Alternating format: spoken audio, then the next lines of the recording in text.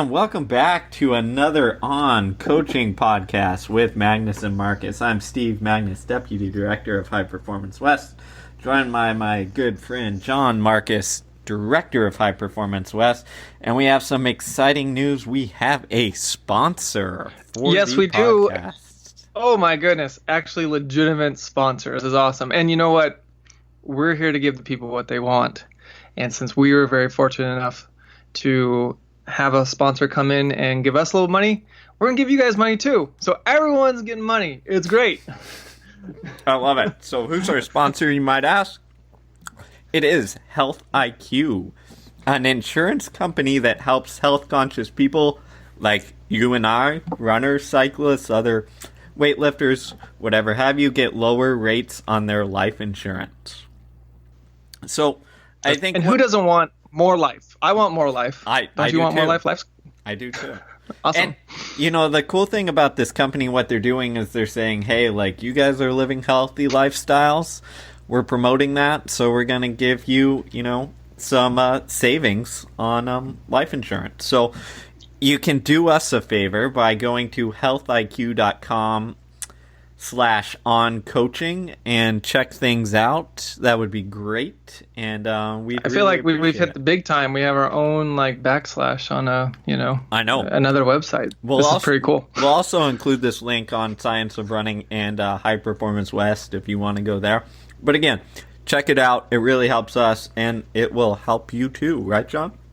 Oh, and thank you for making this possible. So what we're going to do is we're actually going to give money to you guys, because without you, we wouldn't have the sponsorship. So we're going to give away $100 to two people. And then we're also going to give those two people another $100 to give to someone else. That's the caveat. So you'll get $100, and then you'll tell us who to give $100 to. So we'll have this link on highperformancewest.com. It'll just say $100. You go in there, fill out the form. There'll be an optional blurb that may or may not help you. By law, I can't say it will help you, but it'll give us a little bit more context, and then we'll pick two people at random. We're going to end the contest or entry for the contest on April 2nd, because I don't want anyone to feel like they're getting fooled on April 1st. So it'll run at highperformancewest.com till April 2nd.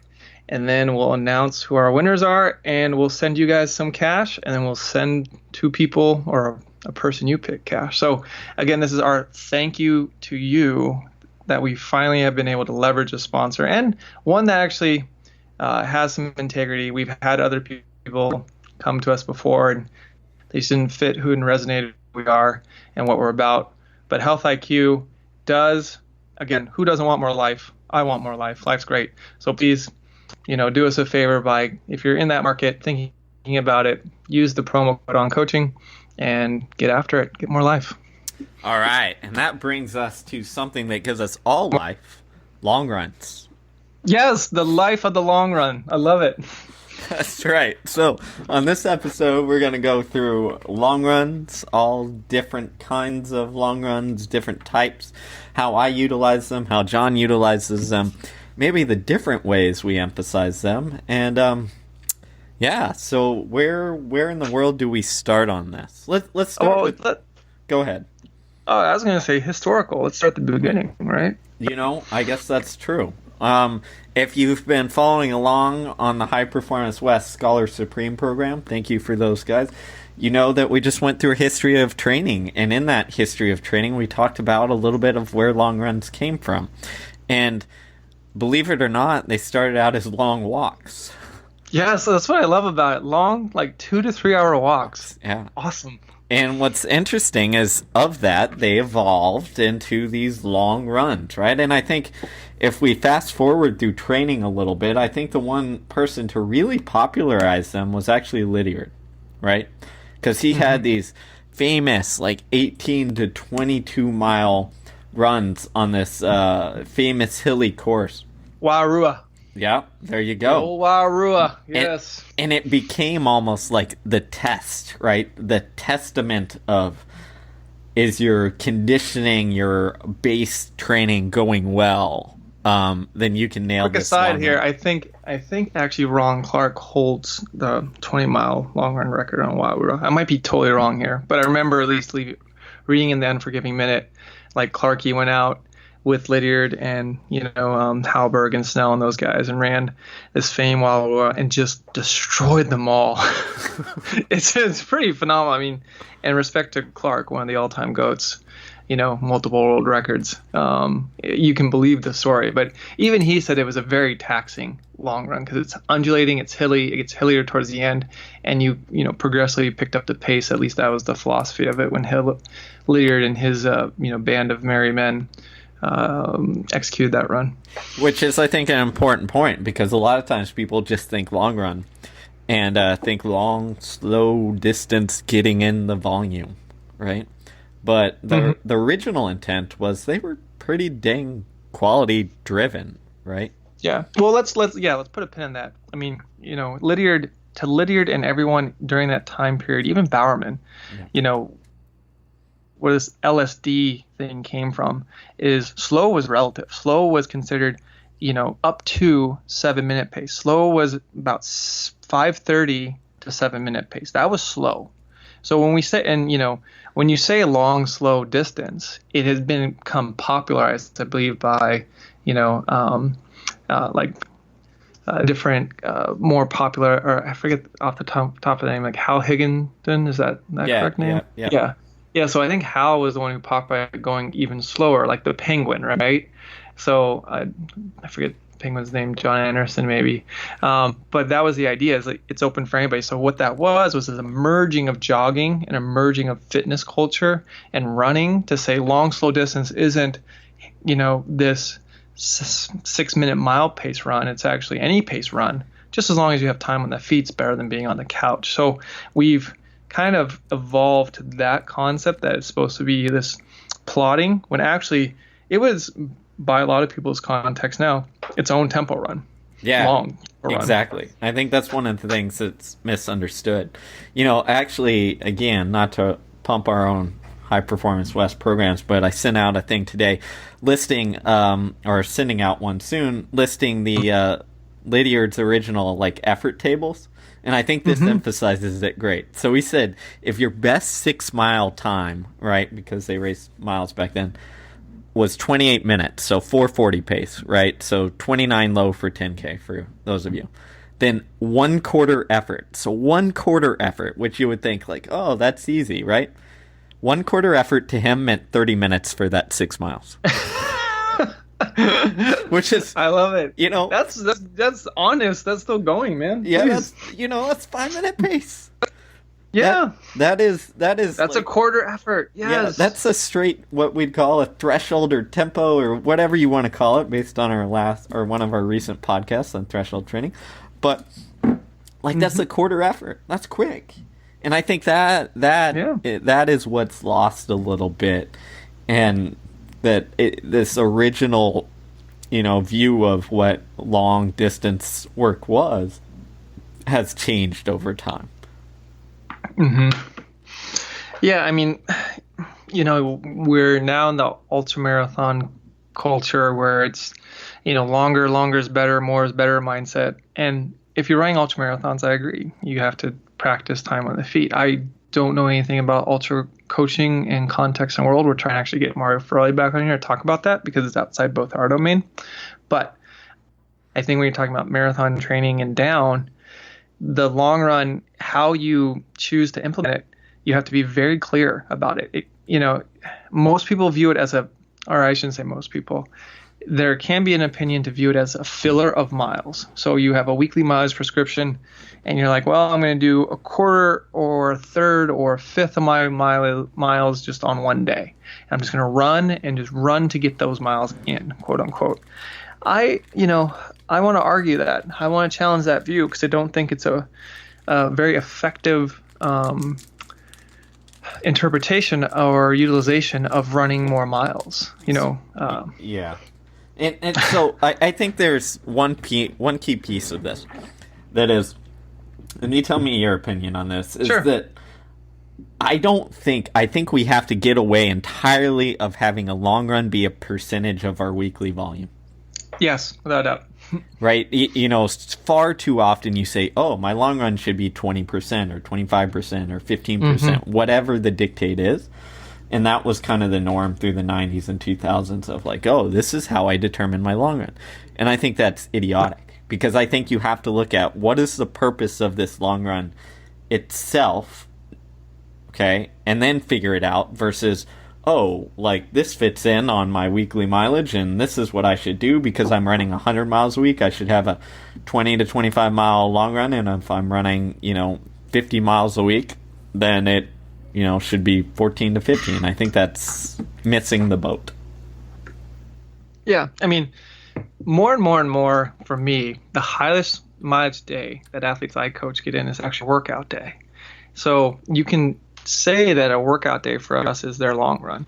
And this is actually resonates with Bill Bowerman.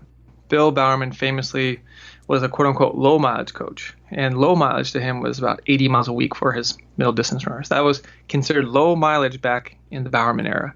And they would famously have 20, 25 mile days where he would do this hybrid system of, we're going to do some fartlek, we're going to do some intervals, and then we're going to do a longer, steady tempo type marathon pace in the middle. Bowerman was famous for basically taking like Igloi, a Finnish fartlek system, and then Lydiard and like hybriding it all up into one session. Wade Bell, the NCAA champion in the 800 and Olympian, I think, in the 8 or the 15, famously had 20, 25 mile longer days, workout days. And this holds true for the athletes I work with.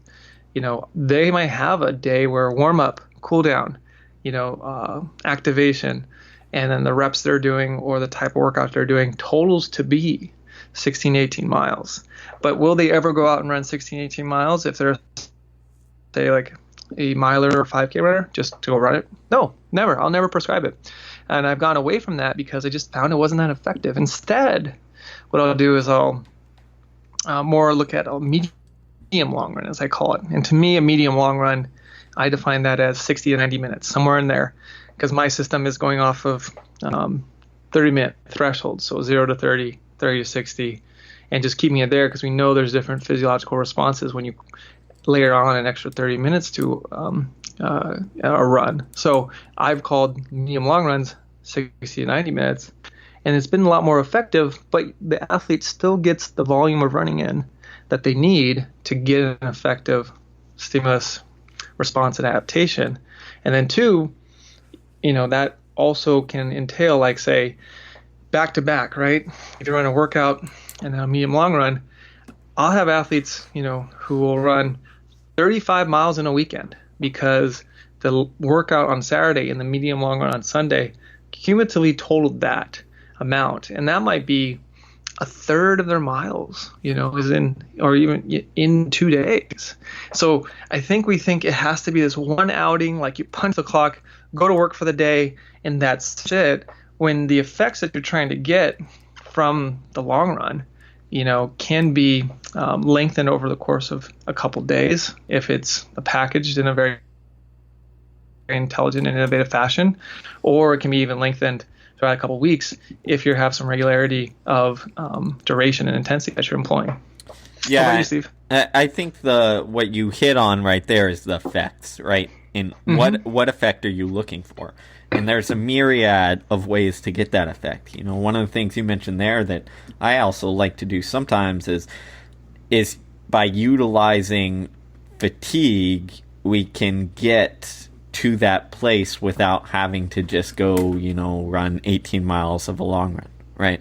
Because if I know that the evening before they did a hard session and all this other stuff, then I know that they're going to be fatigued going into that morning workout, even if we manipulate maybe even food and carbohydrate intake even more so I can get an effect without having as high of a volume on there, or without it being a sustained volume. So I think we have to look at things like that as well.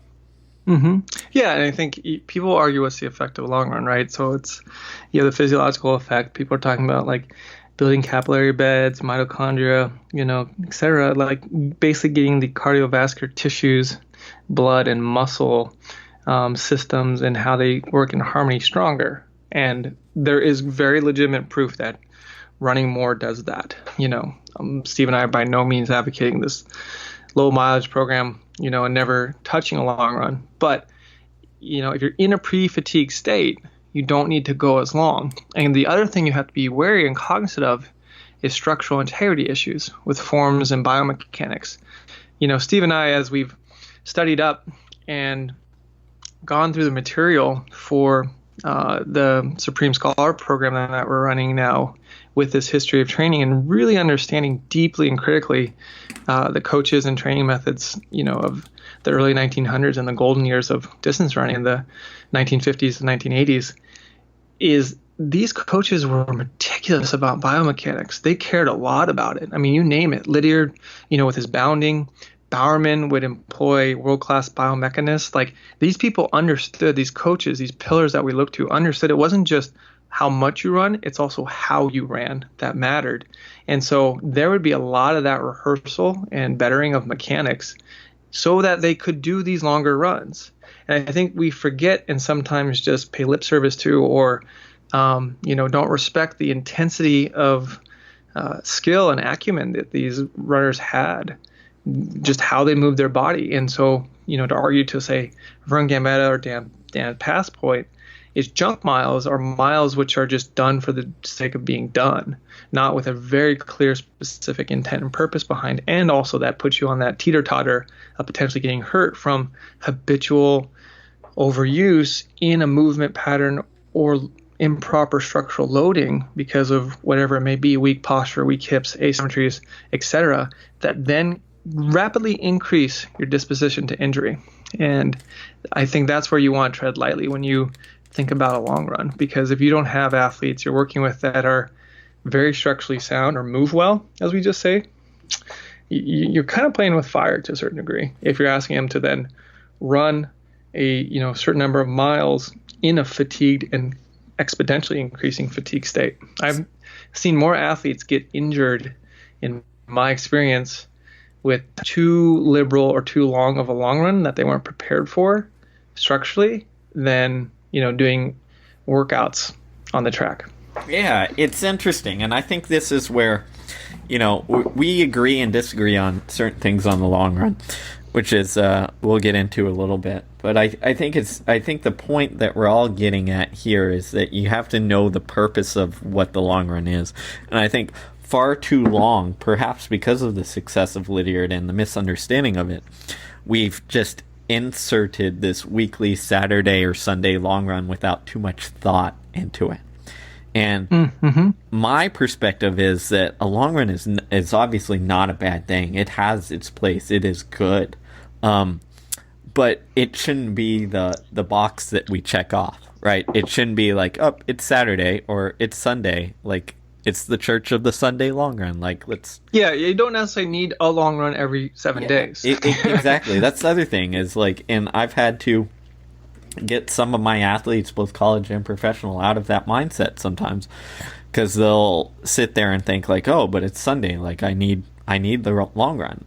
And I'll say, no, that's no, you don't this week, right? We did one last week. Like, we've got that benefit. We need this other thing. More importantly right now, so let's do that. And I think that having an appreciation and understanding for that is incredibly important. The other part of it is, like, what is the point of it, right? Is it all those aerobic physiological stuff? Is it structural, biomechanically, in terms of for the marathon maybe, right? Am I trying to get this athlete used to that much pounding or that much mechanical stress or that much mental stress even? Like, is that the point?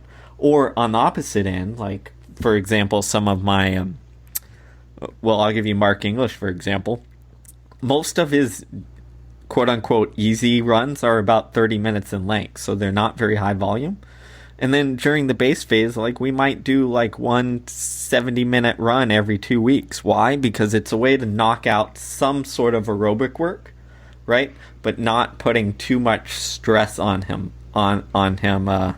over the weekly accumulated workload. So yeah, and I'll reaffirm that with like Michaela Fricker, again, 2 flat 800 meter women that I coach, same deal. Like when I start writing, 40 minutes recovery run or 40-minute run, like, that's a lot. And her long run won't be, we'll hit one 70-minute run, maybe once, or I think she's in a 70-minute, like the long run we'll do, and that's in the base thing that goes quickly. So, just to reaffirm, like, you have to decide what's the long run for in your training program with each athlete. Not, I have to have a long run as a blanket thing for every single person I coach, because again, long is a relative term. Middle distance runners, we said 60 minutes is long. For the marathoner, a 3-hour run might be a long run. Exactly. And I think that's a good point too. And I think the other thing is, like, there's different ways to get the same adaptation. So, for example, in the past, I've experimented with including strength circuits within a long run, right? For a middle distance athlete, maybe you don't want them to go out and run 80 minutes, but maybe you can get 30 minutes and then 20 minutes of a strength circuit and then another 20 minutes tacked on, and all of a sudden you have, 80 minutes worth of aerobic activity, but it wasn't all pounding. Yeah, I've stolen this from Mark Rowland's coach, actually, because Mark Rowland, the coach of OTC, was famous for, he was a low mileage mindset type middle distance runner, steeplechaser, and his coach would fool him into doing medium long runs or long runs by running for 4 miles, going to the track, and then doing 8 times 200s or 12 times 200 with 200 jog, so that 2 to 3 miles on the track, and then send them out for another 5 to 7 miles of running. You add all that up, that adds up to about 90 minutes or plus, give or take, on your feet. But he broke it up with this 200-meter drill just to kind of keep the athlete engaged rather than just falling asleep and just slogging through it. So, and that's something I frequently use with my middle distance athletes. Instead of a medium long run, they'll do it, and we call it this Commonwealth drill, to name it after the British coach, and from where it came. And it can be 200s, it can be 300s, it can even be 400s. Like 200s just at like mile pace or 3K pace, or 300, same deal. But not this crazy session, but just enough just to break it up. But the whole goal is you preface it and then, extend it with longer bits of running. It's not a workout. It's just something to break it up on the track and then continue to run. Exactly. And, my high school coach was really good at using that in terms of races as well.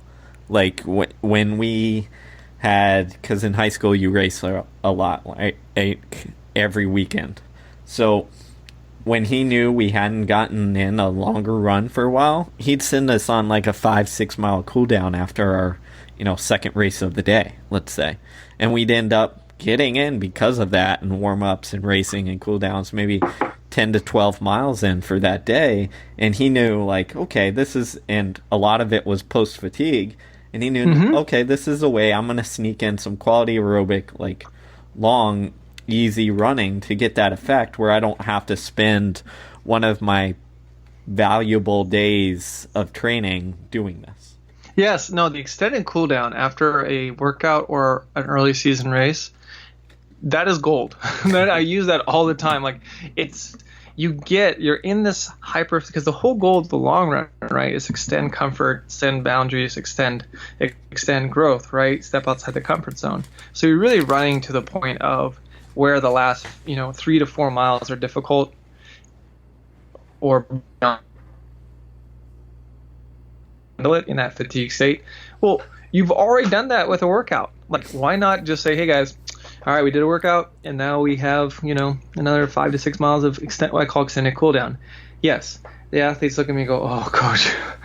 But I'm like, well, it's either that or we come back and you then have to do this long, long run on whatever day for your event group. And they're like, all right, this is better. I'm here right now. I might as well just go get it over, done with. And again, I'm able to leverage the same response and the same stimulus in that extended cool down. It's almost like a double bang for your buck. You get the stimulus that you got and tried to appreciate in the workout, and then you're able, after that's all done, couple it with this stimulus that you ideally are trying to get a reaction to from your long run within the session. So very potent. Again, if you do this though, I mean, you're then kind of handcuffed to 2 to 3 days of very easy and Yep. gentle recovery, because it's going to take a lot out of the athlete, and you just have to know that going in. But that, as we know, in the recovery windows where all the fruit of the labor is produced. So it gives you even more leverage to say, hey guys, really easy, easy, easy, and you don't even have to bat an eye, because you've already gotten these two elements that you wanted, your specific workout element and then your long run element, banged out, or if you're ticking your boxes off in one session. So now you get to do, with the peak performance level here, stress plus rest equals growth. Man, we're getting good at like shameless plugs. It's awesome. I know, this is great. We're getting better, guys. No, but yeah, so to me, it just is a more efficient and more effective way to go about paying homage to these really important stimulus that you want to expose an athlete to. Yeah, exactly. And I think that's what makes this stuff interesting, and what makes coaching interesting is there's a million ways to skin the cat, right? And a lot of times we get stuck on these, tried and true ways that everybody does. But if we step outside and realize all the options we have, it allows for us to get creative and become better coaches in doing so. So let's dive into some of the specifics and different ways on maybe how you approach long runs, modulate them, the quality of them, and we can kind of have a back and forth there. Yeah, no, I've gotten more. I used to just run. I used to just go and run as you feel. I mean, typical college, right? Every college, athlete I know, like, what'd you do? You did 18, 20-mile long runs, and it ended up being like 6-minute pace just because that was the way it's done. At least in the early 2000s, that was it for me. So that was my exposure to the long run. My first exposure actually was with Alvaro Salazar, and we'd have, again, we've talked about this before, this Alice Palace group that was myself, Galen Rupp, Joaquin Chapa, and a bunch of other local elite high school athletes at the turn of 2000s. And our staple was this 10-mile progressive long run that Galen would end up racing at the very end. He was a big racer in practice type kid when he was younger, out and back on Leif Erikson here in Portland. And the first half of it all uphill, and the second half is all downhill. So no matter what, you're negative splitting this thing. But it would just be this kind of just hammerfest and like thing of attrition. Who could run the fastest? And Alberto totally encouraged it, and it would end up being a second workout. And one thing that I pointed to towards the hardest workout I did as a high schooler, but that got me really fit because it was the newest stimulus, the hardest session that I ever had, and it was very organic as well. It's kind of the will of the group, and everyone just tried to keep pace with everyone else. And I mean, those things would be epic. We'd finish coming down this steep downhill. So this is all relative, though, like 440 miles. But you're going downhill. So you're getting gravity to help you. But that was my initial exposure to it. And then as I became a coach, it took a long time to just, get away from the fact that it had to be this hammerfest. And then I started to think more critical about it. And now long runs for me are a kind of a disciplined progression of some sorts, whether it's either a sandwich long run. And what I mean by that, let's say for Tara Welling right now, she's coming back, and so she's doing, 5 miles, and then she just kind of picks it up and runs 5 miles at an up tempo, very organic, as she feels type rhythm, just to kind of, get her bearings about her, and then finishes with another 5 miles. So it's like 5-5-5, right? Like Arby's or something. But it's a sandwich. And so that way, too, you get a lot of bang for your buck rather than saying I have to do these 20-mile sessions. Or for like the middle distance athlete, what I'll now is in their medium long run is have some fartlek in the middle. So 1 minute on, 1 minute off, and have them do like anywhere from 2 to 3 sets of 6 times 1 minute on, 1 minute off with a little bit of a longer break. So now they're getting 12 minutes of speed play as they feel in the middle to kind of break up the monotony. So more I've become a proponent of, at least with the caliber of athlete I'm working with these days, injecting a little bit of quality and giving more autonomy to kind of pick it up and play around with it. But then too, always sandwiching it. I don't really like ending fast. If they do end faster, I'll typically tack on another 10 to 20 minutes of just gentle running to kind of get that cool down effect that we want, rather than leaving them in the sympathetic state where it's like, I just smashed the end here, So that for me is like where I've progressed to with my long run. The one thing I am, I'll get on my soapbox here. The one thing that I, do not a fan of, it's too high of a cost benefit ratio for me. It's too risky. I understand the science and I respect people and coaches who do it, but never ever is this long run that is popular in marathon culture of depletion runs.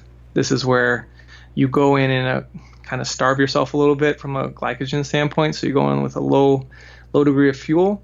You don't drink any water or take any supplement, anything. You just run and you just, it's like, to me, I'm like, oh, that is so hard on the body. And I get why people do it, but that's one thing where I'm just like, nope, not happening ever, because again, you're risking, in my opinion, too much stress and not enough stimulus. And that's the thing, as a coach, you always have to think about how much stress are you risking for the stimulus you're trying to get, and then make decisions thusly. One of the interesting, because I've played around with that, especially in the long runs, and one of the interesting ways we attack that of getting that stimulus without going in fully depleted, and I use this with Sarah Hall for a couple marathons, is she would just do double workouts, right? So in the morning we do like maybe a 4 to 6 mile tempo, and then she'd eat in between, but like not a full like carbohydrate recovery drink, just like normal food, right?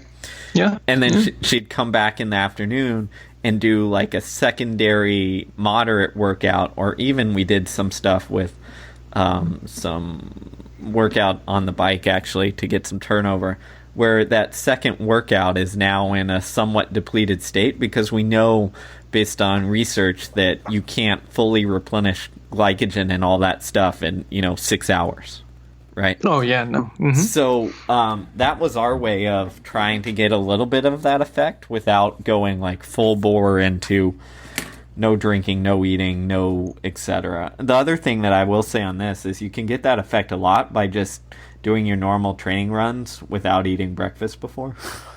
Right? Like if you, yeah, I mean my thing with that is like I understand the it's a cost benefit ratio. Yeah. Like I understand the like glycogen effect, but also too the cortisol. We know if you don't eat breakfast, and we know like you're already shooting yourself in the foot with cortisol. And more these days, I'm being very respectful to like parasympathetic and sympathetic states as well, because that I think is territory that we as coaches in the distance roles haven't really paid much and I don't have a deep understanding of, and we're still exploring. And I think there's something there. The jury's still out. I'm still experimenting and exploring, but more and more I'm also asking that question too with things. How does this impact from a sympathetic and parasympathetic system? That's a good point. Maybe this is a cultural thing, because like when you grow up, or a location thing, when you grow up in Houston, Texas, right? You never eat breakfast before you run. Now think about that. Why? Yeah. Because you spend most of your summer, right, knowing that as soon as the sun comes up, you're screwed. Yeah. So you have to get up super early, and most college kids or high school kids, when you're learning this like pattern, right, you're not going to get up at 5 a.m. and have something, right? You're just like, okay, I'm going to sleep as long as I can. The alarm's going to go off, and then I'm going to get out the door and meet my friends for a run or get to practice and just get things done. So it becomes a habit of not eating anything beforehand, whether that's good or bad, because of the priority of I need to get this in, or else this is going to be a hot and humid mess of a run and workout, and it's going to suck. Yeah, I mean, and that state is even worse. Than the alternative. So, but I think it's just, again, you have to ask why you're doing what you're doing, and what are the costs, what's the cost benefit ratio? Because you're going to give some things away, but you don't want to sell the farm by any means, and think you're doing something to benefit yourself or the athlete you're working with, when actually you're doing something to incur diminished returns. Yeah. So, all right. So let's go. We've had our kind of offshoot, as always, into glycogen depletion runs. Let's go back onto long runs a little bit, and right. it's interesting. So, I kind of had a similar upbringing in terms of long runs as you, in the sense that at first they were kind of long and easy, but we had these 10-milers that we do in high school, which were not every week, but every week, every couple weeks maybe, which were absolutely just cranking, and you just finished dying at the end. Right? It was intense. I mean, we always considered as a team, if we got the whole team, whole top 7 under 60 minutes, and it was a really good day. This was on like a hilly course that our coach basically went to this park, found a 5-mile loop where he went up and down every single hill in the park, which in Houston, Texas, like, you have to work to do. So he was working to get every single hill. And that would be our kind of, it was like our test workout, right? We all knew how fast everyone ran. Everyone knew, like, the leaderboard of, like, oh, you ran 55 minutes. Like, dang, that's fast, right? And it became like a proving ground. So it quickly turned into, like, this is the 10-miler, and that meant, like, show up. And it was interesting because, like, I think our coach's idea was almost to take a little bit of that Lydiard desk, this is the course, this is the standard set, and to bring that into a high school stage. And I guess he figured 10 miles was the distance to do it. So that really kind of shaped my understanding of two contrasting long runs, one being a long, easy one, but the other being an immensely high quality of a long run. And then from there, what I've kind of done is, like, brought all those qualities together a little bit and brought in some modulation of my long runs, where I like to alternate between different styles. And that might be one where I'm focused on, okay, the whole goal is let's get the time on our feet, the distance in. I don't really care too much about pace. Like, maybe it's a little bit of recovery, maybe it's a little bit moderate, like, just kind of feel it out. Your kind of traditional college long run. And then the other one I like to do is what I call long run with stuff in it, which is similar to your fartlek work, where we add a little bit of quality, where it might be, hey, we're going to do 10 by 45 second surge somewhere in the middle of this, right? Or the last 3 miles or last 20 minutes, I want you guys to just ramp it down, like just progress and then take a mile and jog easy afterwards. So you're adding some sort of quality. And I've even done stuff where we've had, some up and down hills in the middle of it, 8 by 30 seconds up with a jog downhill at maybe 5K effort. So just getting a little bit of quality in there, but not an actual full-blown workout. And then the last thing is a long run that is actually a workout. And these tend to go for the marathoners and maybe half marathon a little bit, where you're actually doing some sort of workout sandwiched, in the middle of a long run, where it's not just some stuff, but maybe an actual, 2 by 4 mile of marathon pace or tempo or something like that, where it's much higher quality.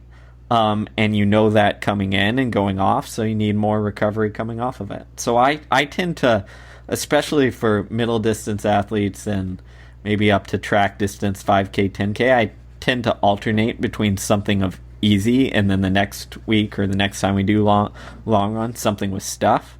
And that way I think I get maybe the best of both worlds, or I'm covering my bases enough on those two components.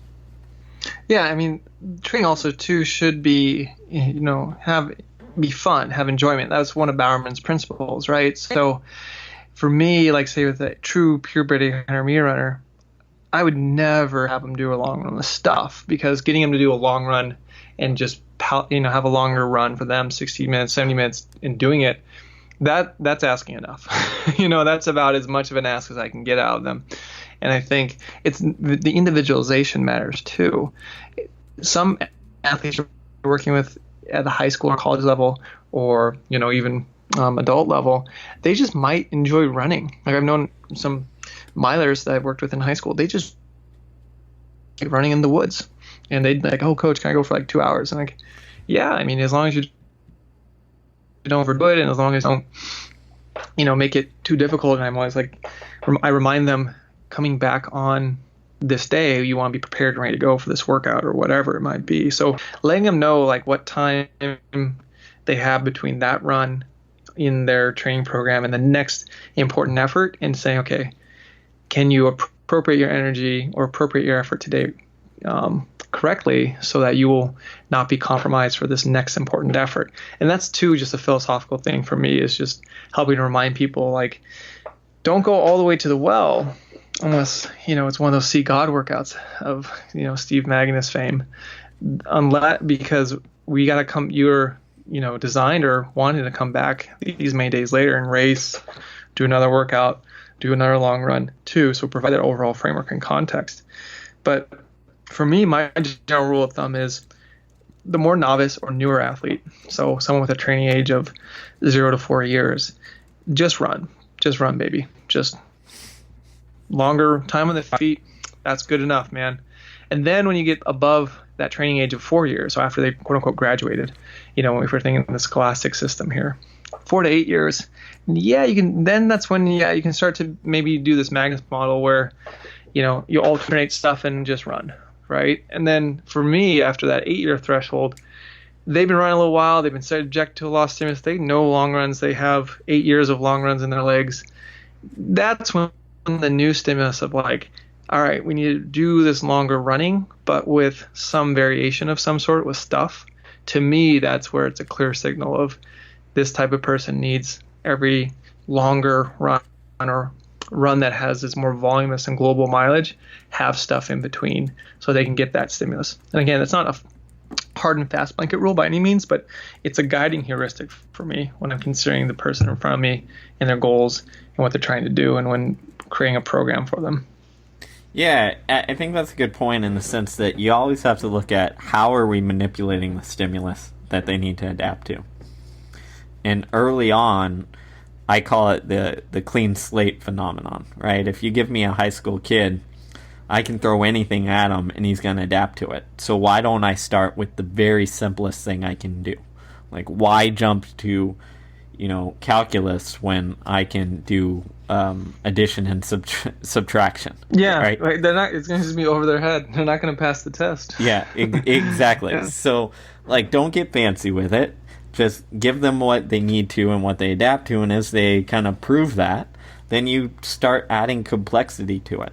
And I think that's why, if you look at some of the elite trainings, you'll see slightly more complexity within things, right? It's no longer, hey, go run 13 miles, but it's, go do this workout or this long run that encompasses maybe that distance, but you've got this fartlek within it.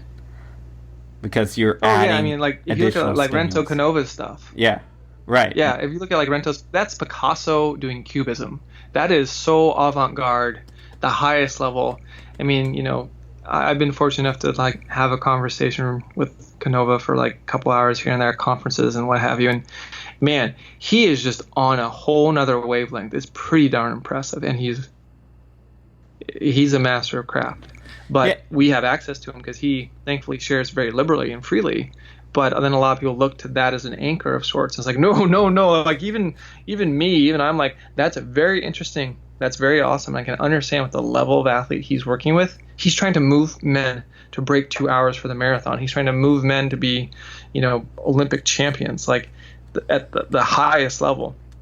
I don't think it's wise to think there's any trickle down from what he's doing to be applied to the masses or even the more highly competitive, scholastic runner. Because again, he's working with the outliers of the outliers, people who have survived this very brutal Kenyan system and have, come through natural selection and shown themselves to be the top of the food chain. And that's something to consider too, is when you're doing that, is where you're getting your influence from and what makes sense for the person you're working with in front of you. Yeah, exactly. No, you look at Canova stuff, and there is a lot of complexity to it. It is. I mean, it's Picasso and Cubism. It's just you're like, wow. Yeah. And I think the other thing too to like, also reemphasize is the long run works.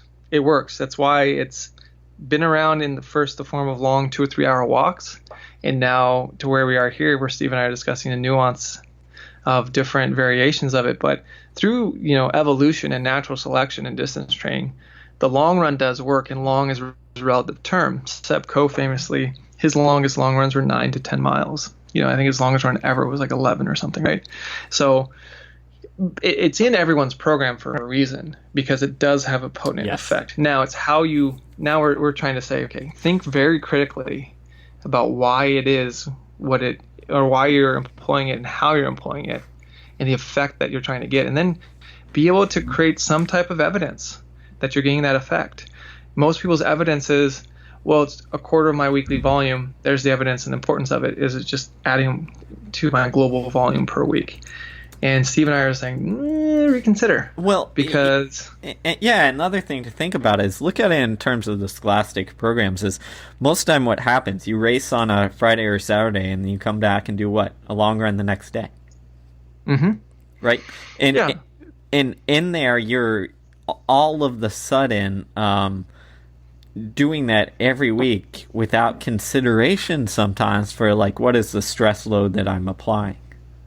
Right? Mm-hmm. Do I need to... It's almost like you have to, right? Because that's the only day you can do that long of running. Yeah. Without, the barriers of class, or that for the kid. Exactly, which creates an interesting dilemma and problem is like I have this constraint around me. Should I always,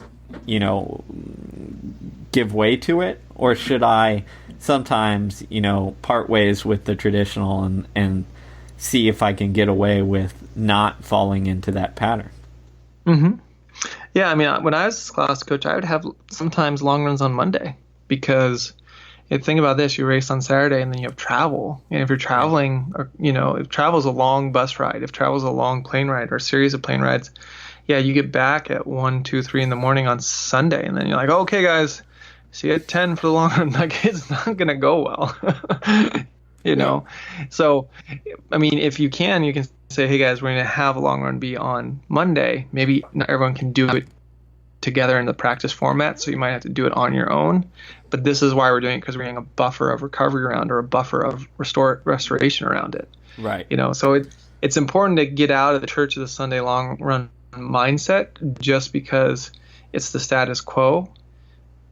And then just have it be on repeat. So like, oh, no matter what, Sunday's the day I do long run. It's okay. But again, think long and hard. Yeah. And if it stays on Sunday, it stays on Sunday. It's fine. But as long as you've thought long and hard about it. Exactly. Don't let it, like, you're in charge of the schedule. Don't let the schedule dictate to you, right? If you just always plug in and it's written in, marker long run Sunday, then you're letting that schedule dictate the rest, because then you only have a couple days to play with, right? Because you need some sort of recovery before and after.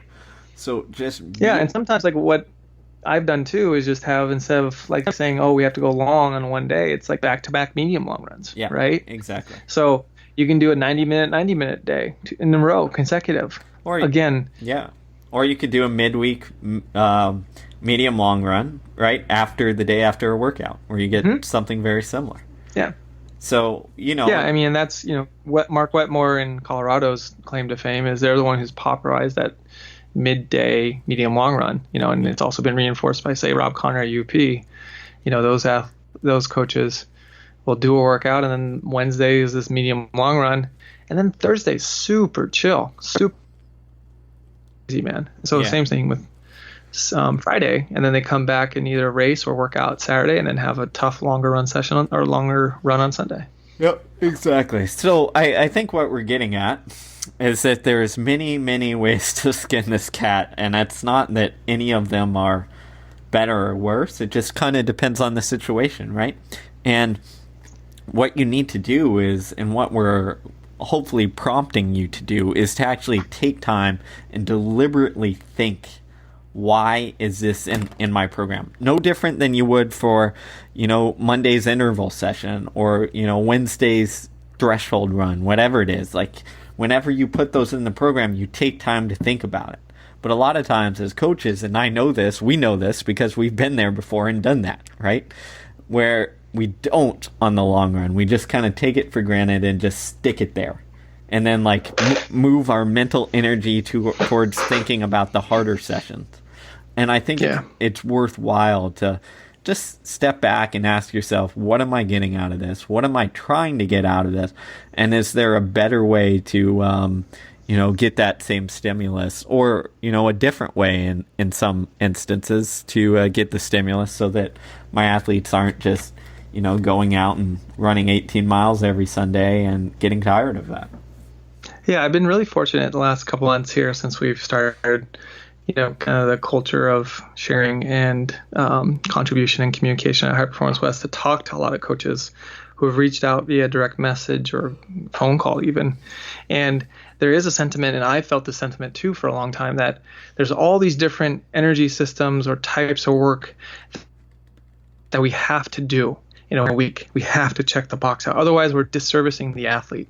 And, it's been great to see that morality almost in coaches, and that conscious of saying, I want to make sure I'm giving the athlete and the team every opportunity, every, advantage to get better.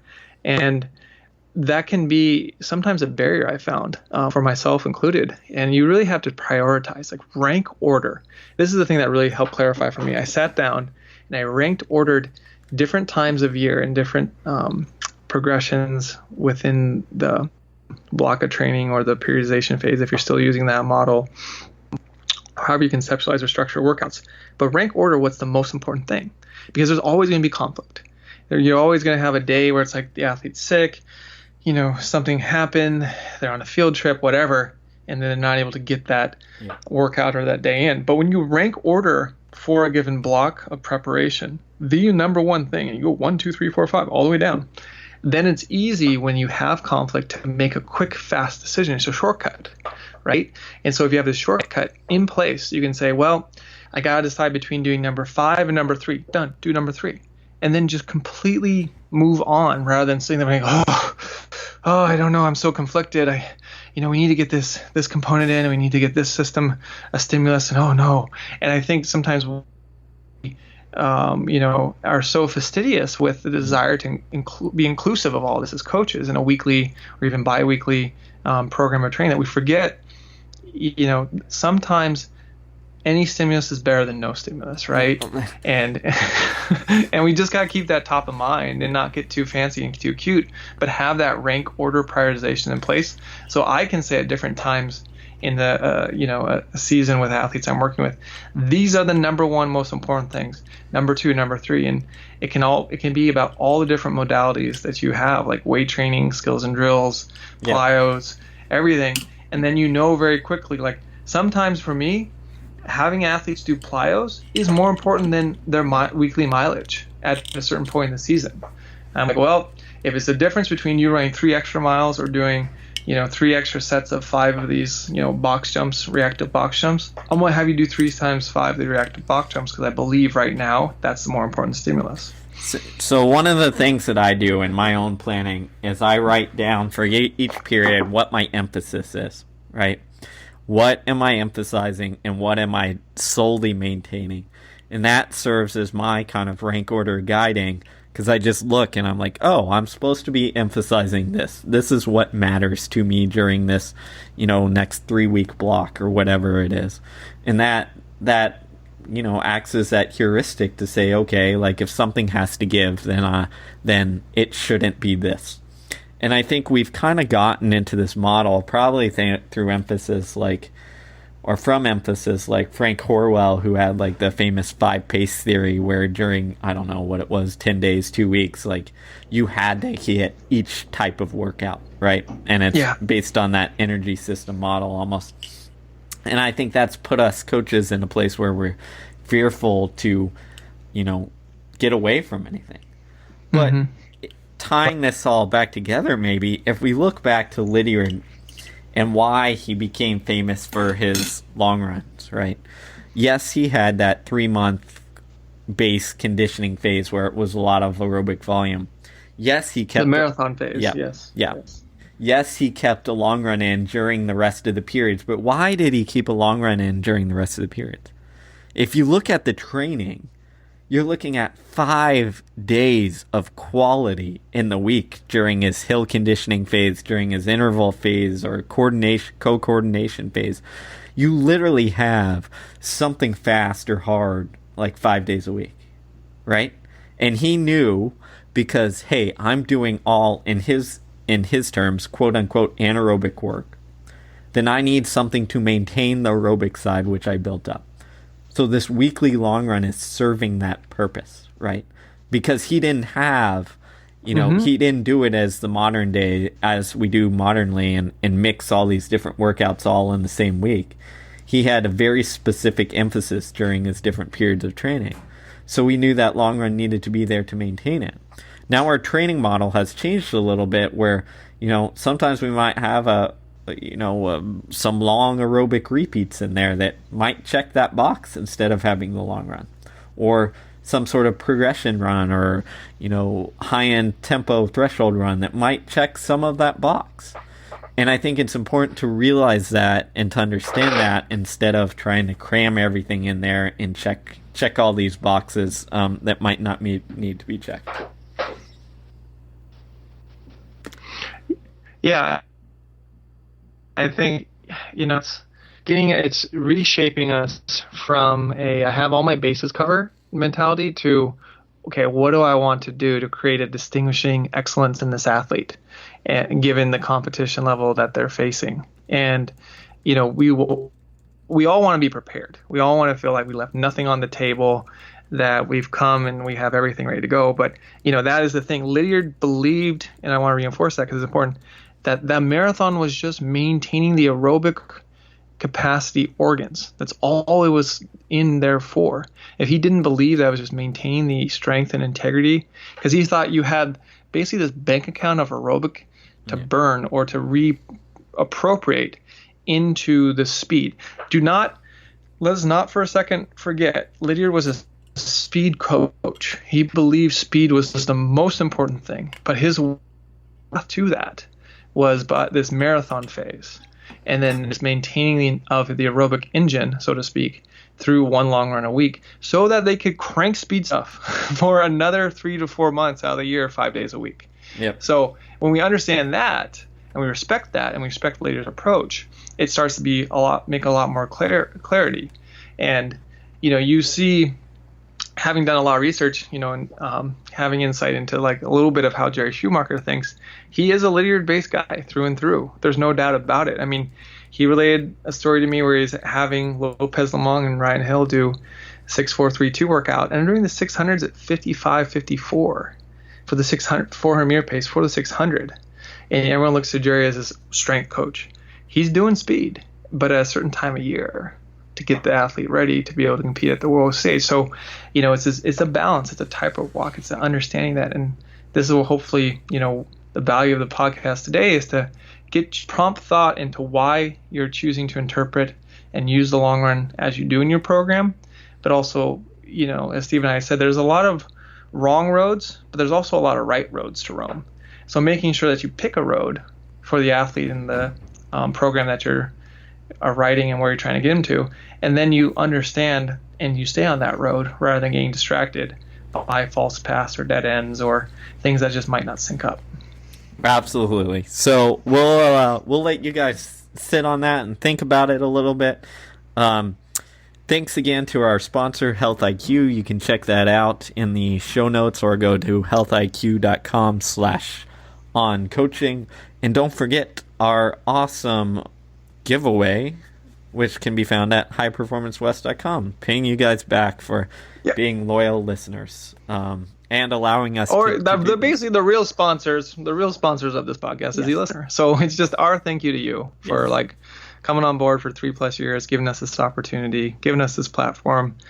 And there'll be a tab. It'll just be $100. That's all. I'll say $100 tab at highperformancewest.com. You can enter.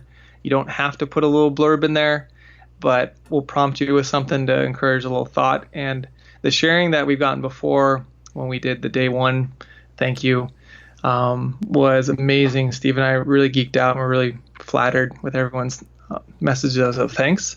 So that's the fuel that keeps us going. Not necessarily the sponsorship money stuff, but it's nice to have. And since we have it and we're fortunate enough to have it, we're going to give it back to our people, because we're only here because you guys, let us know what you want. 100%. Well, thanks for listening, guys, and don't forget to check all that out.